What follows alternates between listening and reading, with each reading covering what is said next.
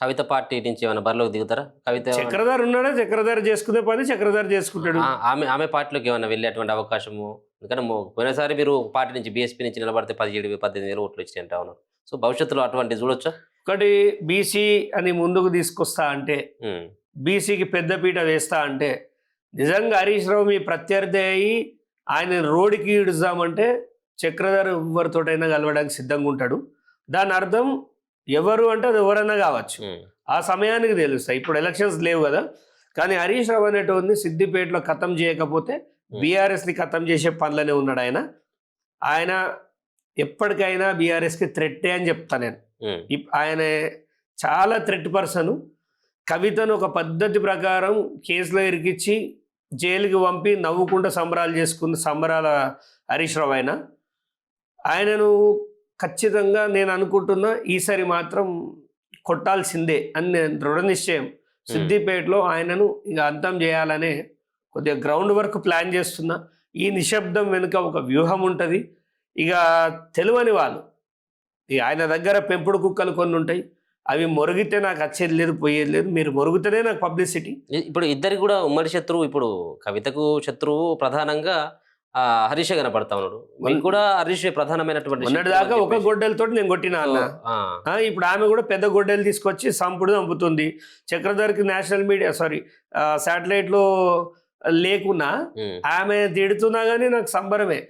ఆయన పడిపోవడం అనేది కావాలి, ఎందుకంటే అట్లాంటి దుర్మార్గుడు. అదే ఉమ్మడి శత్రువు ఒకరే కాబట్టి ఇద్దరు కలిసి ఏమైనా పనిచేసేటువంటి అవకాశం అట్లాంటి ఇప్పటి వరకు ఏం రాలే. ఆమె మిమ్మల్ని పిలవడం, మీరు ఆమె దగ్గరికి వెళ్ళలేదు, ఆమె నన్ను విలువలేదు, నేను ఆమె దగ్గరికి ఊతా అని చెప్పలేదు. ఈ రెండు విషయాలు కాదంటే ఇప్పట్లో ఆమె ఇంటర్వ్యూస్ చూస్తుందా నాకేమనిపిస్తుంది అంటే, సరే చూద్దాం, ఆమె ఏదో ప్రయత్నం చేస్తుంది కదా, మనం కొట్టి పారేయడం ఎందుకు, సపోర్టెడ్గానే మాట్లాడదాం. ఎందుకంటే ఆమె అడుగులు మంచి వైపు వెళ్తున్నప్పుడు ఆమెకి కొంత ఫోర్స్గా మనము ఒక ఫ్రీలాన్సర్గా సపోర్ట్ చేసినా తప్పులేదనే భావన నాది. బీసీ ఉద్యమం కావచ్చు, 42% రిజర్వేషన్లు కావచ్చు, ఆల్రెడీ అయిపోయినాయి. సర్పంచ్ ఎన్నికలు ఇవంతా అయిపోయినాయి, మళ్ళీ ఇప్పుడు మున్సిపల్ ఎన్నికలు. సో ఇక్కడ కూడా ఇప్పుడు కాంగ్రెస్ పార్టీ ఇచ్చినటువంటి వాగ్దానాన్ని నిలబెట్టుకున్నటువంటిది అయితే మనం ఎక్కడ కూడా చూడలేదు. మొన్న కూడా అన్యాయం చేసింది పార్టీ పరంగా అని చెప్పేసి అన్నది, దాని తర్వాత చేతులు ఎత్తేసింది. ఇప్పుడు కూడా పార్టీ పరంగా లేదు, ఏ పరంగా కూడా లేదు. ఇప్పుడు కూడా బీసీల రోడ్లో మన్ను పోసేటువంటి కార్యక్రమమే ఇలా కాంగ్రెస్ పార్టీ చేస్తూ ఉంది. ఏమైంది మీ బీసీ ఉద్యమం ఏంది, బీసీ నాయకులు ఎక్కడ వీళ్ళు, గతంలో ఉన్నటువంటి గొంతులు ఇప్పుడు ఎందుకు లేస్తలేవంటే ఏం సమాధానం చెప్తారు? ఇప్పుడు బీసీ నాయకులు చేస్తున్న అన్యాయం ఉద్యమానికి అంతా ఇంత కాదు. అవుట్డేటెడ్ నాయకులు ఉన్నారు. మంచి వాళ్ళను ముందుకొచ్చి కొట్లాడితే కులం మతం పేరు పెట్టి వాడిని పక్కకు జరుపుతున్నారు. నిజంగా కొట్లాడేవాడు ఒక్కడు కొంచెం జెన్యున్గా హడావిడి చేస్తే ఈ పెయిడ్ ఆర్టిస్ట్ సంఘాలంతా వచ్చి వాళ్ళని అడ్డుకొని ఆ ఉద్యమాన్ని చంపేస్తున్నాయి. ప్రజలకు నమ్మకం లేదండి, ఉద్యమాలపైన నమ్మకం లేదు, ఈ సంఘాలపైన అసలే నమ్మకం లేదు. తెలంగాణ ఉద్యమం కూడా ఒక బీసీలు సైనికులుగా పనిచేసారు, కానీ బీసీలు నాయకత్వం వహిస్తా అంటే తెలంగాణ ఉద్యమం కూడా వర్కౌట్ అయ్యేది కాదు. అది కేసీఆర్ ఉన్న విషయం చెప్పాలంటే, కేసీఆర్ ఒక కనికట్టు కట్టి ప్రతి ఒక్కరిని డిఎన్ఏలో ఇంజెక్ట్ చేయగలిగిండు.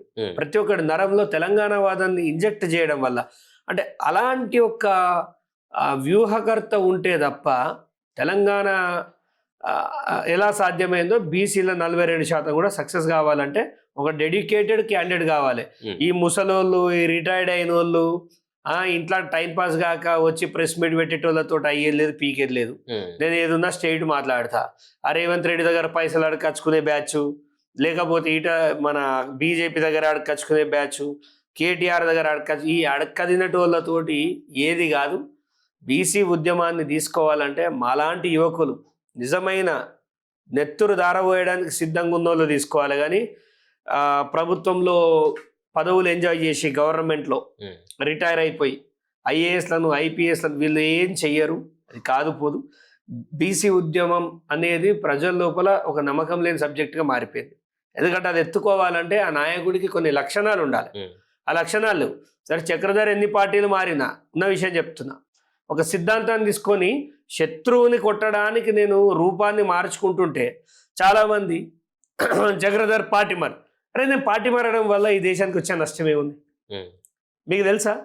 నేను ఒక చిన్న ఇలాంటి కాగితాన్ని సుప్రీంకోర్టు దాకా తీసుకుపోయినా. మీరు ఏం మిగిరి చెప్పండి. నేను చెప్తున్నా, ఈ యొక్క కాగితాన్ని సుప్రీంకోర్టు దాకా తీసుకుపోయి కొట్లాడినా. అవును. ఎలా సాధ్యమైంది? దానికి నేను తీసుకున్న స్టెప్స్ అన్నీ తీసుకున్నా. అవమానపడ్డా, ఎన్ని పడ్డా. ఇలా కామెంట్లలో కూడా చాలా వరస్ట్గా మాట్లాడతారు. వాడికి నాకేం పర్సనల్ గ్రడ్జ్ ఏముంది? మీ అన్న ఫాలోవర్ అయితే అని ఒగుడుకో. అంటే యువత కూడా ఆలోచించడం బంద్ చేసి ఫాలో అవ్వడం పెట్టారు. ఏం మాట్లాడుతున్నామో తెలియదు, ఎలా మాట్లాడుతున్నామో తెలియదు. సో ఇలాంటి వాళ్ళు ఉన్నప్పుడు బీసీ ఉద్యమానికి కావాల్సింది యువకులు అండి, ముసలోళ్ళు, రిటైర్డ్ అయిన వాళ్ళు కాదు. మరి ఎట్లా ఎప్పుడు తయారు చేస్తారు? ఎప్పుడు ఈ ఉద్యమాన్ని తెర మీదకి తీసుకొని వస్తారు? ఎప్పుడు ఉధృతంగా నడిపిస్తారు? ఇప్పుడు ఎంత యువత కావాలి అంటే మళ్ళీ ఇదంతా కూడా పాత వాళ్ళు పక్కన పోవాలి, మళ్ళీ కొత్త వాళ్ళు అంటే మళ్ళీ ఇల్లు కూడా విభేదాలు కదా, వాళ్ళని కూడా కలుపుకోవాల్సినటువంటి వాళ్ళని కలుపుకపోవాలంటే వాడు ఇప్పుడు మీరు చెప్తేనండి, ఒక బీఆర్ఎస్ ఉంది పిలిచాం అనుకోండి, ఇప్పుడు ఎలా ఉంటుందంటే ఒక విశ్వరథన్ మహారాజు ఒకటి పెడతాడు, పేరు తీసుకుందాం, విశ్వరథన్ మహారాజు ఒకటి జెన్యున్గా పెడతాడు. పెట్టంగానే వాళ్ళకి బీఆర్ఎస్ ముసలు జొరుతాయి. సరే మేము అది చేసినాం, మేము ఇది బీకినాం అంటారు. అది మీ వాడు 23% తీసుకొచ్చినాడు, ఏడికి పోయినా మీ నోర్లు. తర్వాత కాంగ్రెస్ వాళ్ళు వస్తారు, పెద్ద మనుషులు వచ్చి సోనియా గాంధీ గురించి చేర్చే, అంటే టాపిక్ని డైవర్ట్ చేయడంలో వీళ్ళు చాలా అధ్వానమయ్యారు. మీకు ఒకటి చెప్తా వినండి. నాకు ఒక స్నేహితుడు చెప్పాడు, 14వ శతాబ్దం వరకే వెలమలు 150 సంవత్సరాలు పరిపాలించారట. 16వ శతాబ్దం వరకు కాపులు కమ్మలు ఒక 100 years పరిపాలించారట. 17వ శతాబ్దం వరకు రాజులు ఒక 50 ఏళ్ళు పరిపాలించారట. ఒక 25 years ప్రస్తుతం రెడ్లు పరిపాలిస్తారు. అందుకే మీరు చూడండి, వెలమలు అందుకే ఈ కమ్మ వాళ్ళని నెగలనివ్వరు, రెడ్లను టేక్ ఓవర్. అంటే ఈ ఎక్కడ కూడా బీసీలు లేరు. ఇవాళ ఒకడు వచ్చి బీసీ ఉద్యమాన్ని ఉధృతపరుస్తా ముందుకు పోదామంటే ఆ వ్యక్తిని నిర్వీర్యం చేస్తారు. ఆ వ్యక్తే విశ్వరథన్ మహారాజు. అతను ముందుకు వస్తే అతన్ని అంతం చేసే కార్యక్రమాలు చేపడతారు. ఈ పార్టీలే వాంటెడ్లీ ఆయన మీద కులం మచ్చలేసి, ఒక మాదిగోడు మనల్ని ఏందిరా, మన బీసీలని ఏలేదని దొరలు చేయొచ్చా ఉద్యమాలు? వాళ్ళైతే ఓకేనా? అంటే ఎందుకు ఈ వివక్ష? నాలెడ్జ్ లేనికి నాలెడ్జ్ ఇస్తుండు, తీసుకోవచ్చు కదా, ముందుకు వెళ్ళొచ్చు కదా, తప్ప ఇలా ఉన్నన్ని రోజులు ఏ ఉద్యమాలు నడవై? ఉన్న యువకులైతే ఇప్పుడు ప్రస్తుతం సోయికి రావాల్సిన అవసరం ఎంతైనా ఉంది. లేకపోతే ఇట్లే అడక్కదినే జాతులు లెక్కనే బీసీ జాతులు మిగిలిపోతాయి. రూలింగ్లో వెలమలు, రెడ్లు వాళ్ళని మనం అనాల్సిన అవసరం లేదు.